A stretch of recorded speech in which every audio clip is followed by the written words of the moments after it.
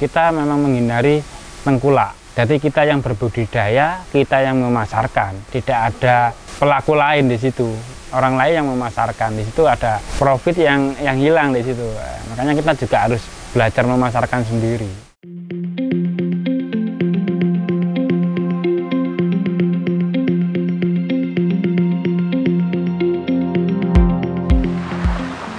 Assalamualaikum warahmatullahi wabarakatuh. Terinspirasi dari kisah Nabi Musa ketika sakit berdoa pada Allah. Kemudian Allah memberi jawaban agar Nabi Musa mengambil tanaman di suatu padang rumput. Singkat cerita, Nabi Musa sembuh dari penyakit. Sampai suatu waktu sakitnya kembali kambuh. Nabi Musa langsung mengambil tanaman di padang rumput. Tapi ternyata kali ini sakitnya tidak sembuh. Maka Nabi Musa pun meminta petunjuk pada Allah. Allah pun memberi jawaban karena Nabi Musa tidak berdoa dan meminta izin. Feed skin natural diformulasikan dari dua unsur, vegan dan rempah jamu. Vegan sebagai simbol dari tanaman yang diambil Nabi Musa, dan secara etimologi jamu adalah doa. Segala hasil, manfaat, dan khasiat sesuai izin dan kasih sayang Allah. Untuk itu, hadirkan doa terbaik sebelum memakai feed skin. Wassalamualaikum warahmatullahi wabarakatuh.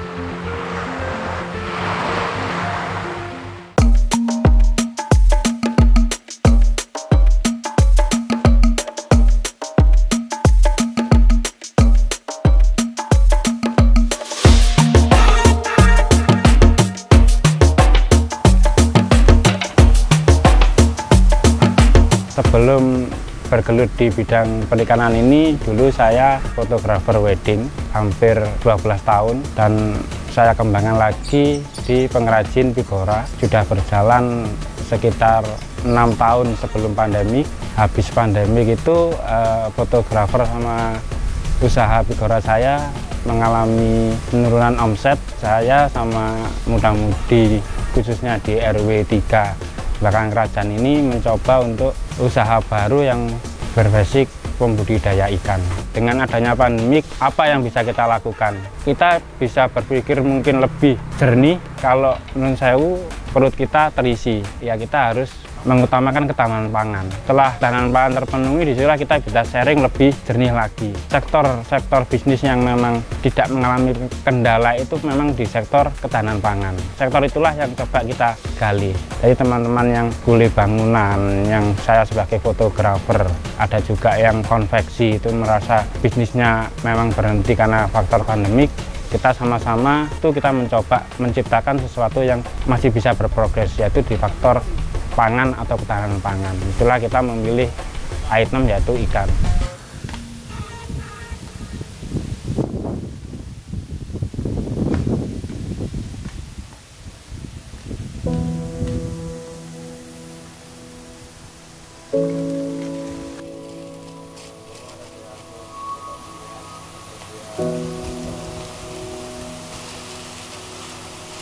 Kita ada sedikit kendala, lahan di wilayah RW 03 ini memang tidak ada lahan yang luas. Makanya kita coba aplikasikan budidaya ini di lahan yang terbatas, halaman rumah, lorong-lorong rumah. Nah, situlah kita mencoba sistem yaitu memakai kolam terpal bioflok, yang di situ memang kita bisa padat ikan dengan kapasitas kolam yang kecil, kita bisa memproduksi ikan yang lebih dibandingkan sistem konvensional atau yang lainnya. Kenapa itemnya ikan nila? Pertama, di Pok Darwis kita di situ ada sisi warna, keindahan di ikan nila yang dibandingkan ikan lain seperti mujair, lele yang memang di situ tidak ada muncul warna. Kedua, kita juga karena kita berhubungan dengan Dinas Perikanan, memang konsumsi khususnya di Jawa Timur itu persentasenya baru 40% yang bisa dipenuhi di wilayah Jawa Timur. Sisanya kita mengambil dari Jawa Tengah dan Jawa Barat. Disitulah kita menangkap ada peluang bisnis yang cukup besar, yang masih berpotensi, dan itu ya itemnya nila. Di sistem bioflok ini dari tebar padat ikan kita per meter kubik bisa sampai 100. Kalau konvensional kolam beton atau kolam tanah per meter kubik antara 10 sampai 18 ekor per meter kubik. Di situ sudah banyak selisih. Dengan kita mungkin luas tanah cuman 2 meter kali 2 meter, kita bisa tebar ikan sampai 350 ekor. Hasil panen berkisaran antara 40 sampai 60 kilo. Dibandingkan dengan luas tanah mungkin bisa berbanding 200 kali 200 meter persegi. Ramah lingkungan, banyak efek juga kita bisa combine dengan aquaponik, hidroponik. Itu yang membuat sistem ini mungkin cocok dan memang cocok untuk geografis wilayah Malang. Ya, inovasi ini memang tujuan kita dari awal memang untuk pemberdayaan ekonomi kemasyarakatan. Bukan sekedar kita memelihara ikan, kita jual konsumsi selesai, enggak. Banyak sektor bisnis yang ada di pembudidaya ini, karena kita sudah membuat segmen-segmen bisnis mulai dari penjualan bibit, pakan, pengolahan ikan, pembuatan kolam dan aksesorisnya, itu semua sektor itu bisa kita munculkan sebagai sektor bisnis. Kita mungkin baru bisa beberapa kali pelatihan, seperti kemarin kita ke Trenggalek mulai pengolahan pengasapan ikan, yang di situ fungsinya memang dari segi profit kita lebih besar. Kalau kita jual ikan konsumsi saja tanpa proses pengasapan, profitnya lebih rendah, dan itu pun juga bisa menahan ikan untuk dijual agak lama lagi. Kalau jumlah anggota Pokdakan itu di awal kita 18 orang. Setelah kita memilih sistem bioflok, hasilnya berkembang sampai 38. Dan karena kita juga diangkat Pak Lurah menjadi kampung tematik Pokdarwis, itu konteksnya bukan satu wilayah RW lagi, meluas menjadi sekelurahan Bakaran Kerajaan. Sekarang sekitar 80 titik, kalau anggotanya sekitar 57. Ada yang di dalam rumah, di pekarangan, seperti di Barak. Lokasi ini memang sentra yang paling besar. Cuman di sini juga bukan punya satu atau dua anggota. Di setiap anggota itu ada yang punya 2 kolam, 1 kolam yang minim, 1 kolam. Jadi tersebar di seluruh Bakaran Kerajaan yang terdiri dari 7 RW.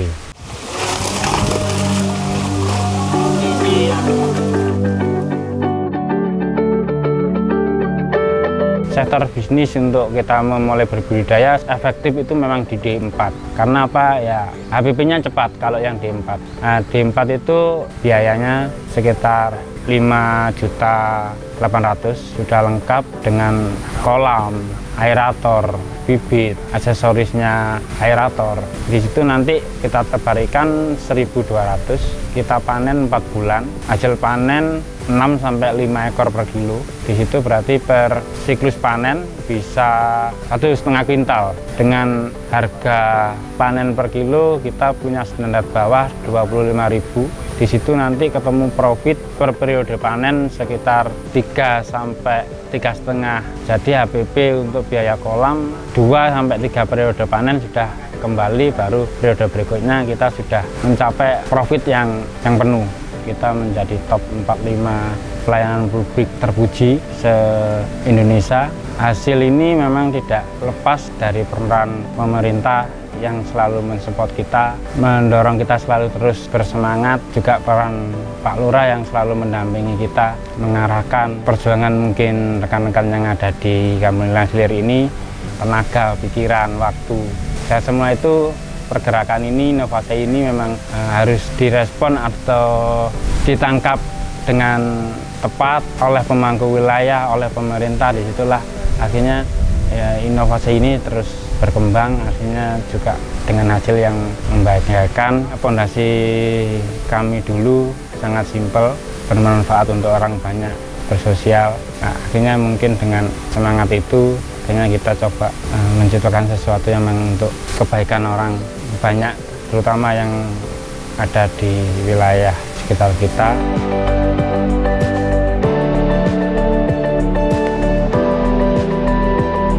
Kelebihan dari budidaya sistem bioflok ini dibandingkan dengan sistem yang lain, pertama karena medianya tank culture. Di sini ada pengolahan air yang memang baik. Di situ ada vlog, di situ ada bakteri baiknya untuk mengolah amonia. Disitulah ikan menjadi tidak bau tanah, tebal daging, lebih tebal dibandingkan sistem konvensional. Rasa juga gurih di situ. Kalau nyelah merah malah ada manis-manisnya. Dan kita ada sedikit kemudahan dalam proses memanen.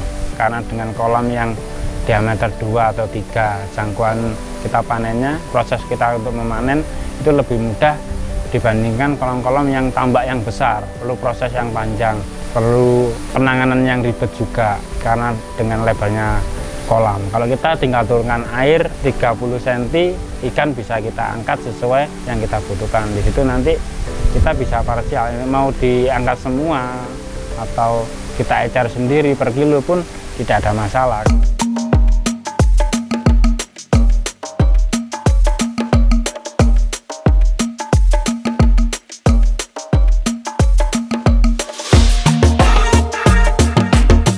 Ya, kita memang ada istilah, kita itu bukan memelihara ikan, tapi kita memelihara kualitas air. Dengan kualitas air yang terjaga baik, ya ikan dengan sendirinya akan merasa nyaman dan di situ akan menciptakan pertumbuhan ikan yang maksimal.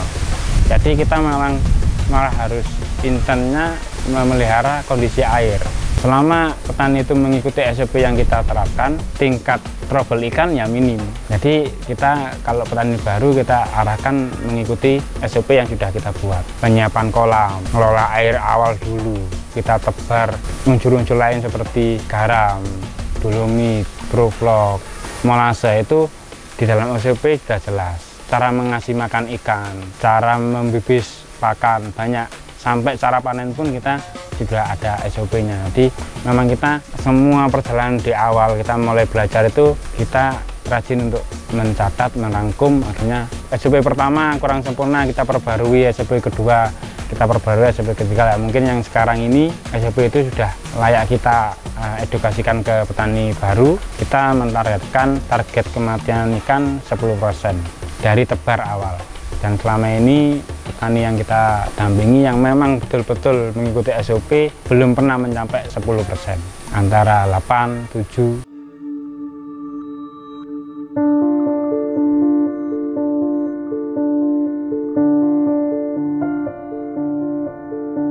Air yang bagus dalam sistem bioflok bisa dilihat dari warna. Ada yang setengah coklat kehitaman. Ada juga yang hijau. Kita dengan melihat kultur warnanya aja kita sudah bisa mendeteksi kondisi air ini ada masalah atau enggak.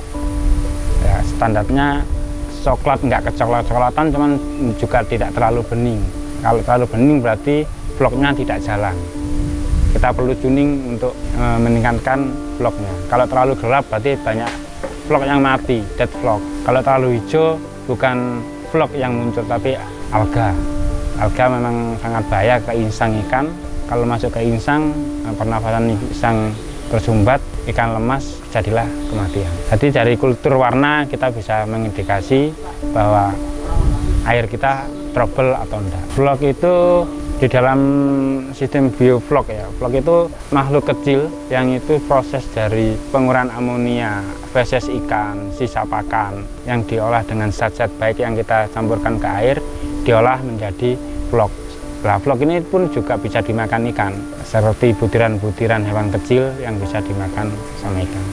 Keistimewaan sistem bioflok ini ya selain ramah lingkungan, kita bisa tebar padat, kita hemat air. Nah, air ini biasanya kita kalau mau panen, air ini nggak kita buang, kita alihkan ke kolam yang kosong, baru kita angkat ikan, kita kembalikan lagi, air itu bisa kita pakai lagi. Cuman ada proses tuning.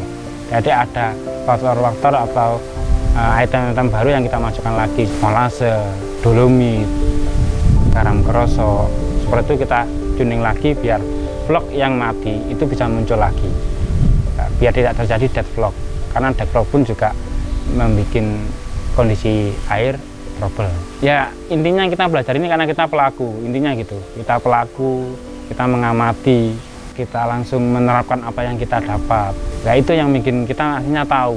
Lebih mudah kalau kita mungkin punya alat ya, karena kita dengan keterbatasan dana, karena kita juga kemandirian ini ya, kita pakai feeling aja, pergerakan ikan, kondisi air, warna dari situ, busanya banyak apa enggak ya, kita dengan melihat visualnya saja, kita analisa, kita coba.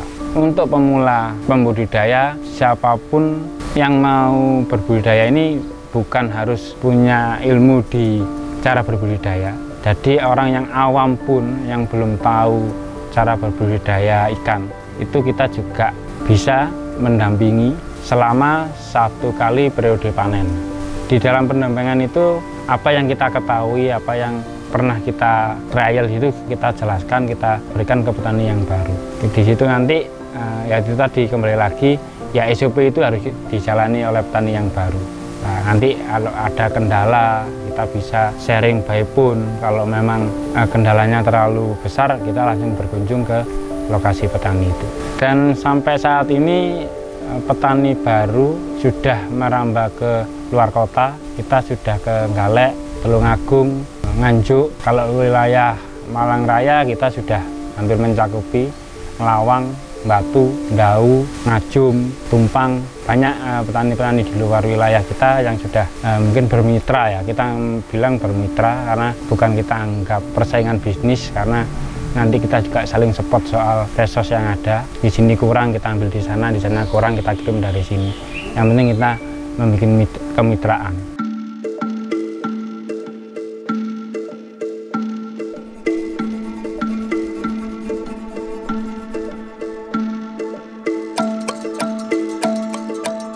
Untuk petani yang baru memang banyak pertanyaan atau mungkin mereka ragu untuk bagaimana nanti hasil panen kita ini larinya kemana. Kita di dalam mengedukasi juga kita jelaskan kita siap menerima hasil panen petani baru binaan kita istilahnya. Kalau memang wilayahnya jauh dari wilayah Bakaran Kerajaan, kita mengarahkan buka pasar di wilayah mereka sendiri. Bukannya kita nggak mau, tapi kita buka sektor-sektor pemasaran biar nggak terpusat di sini. Ya kita edukasi juga cara memasarkan, mau end user, mau ke rumah makan kita ajari. Baru nanti di situ kan yang saya bilang tadi ada kemitraan.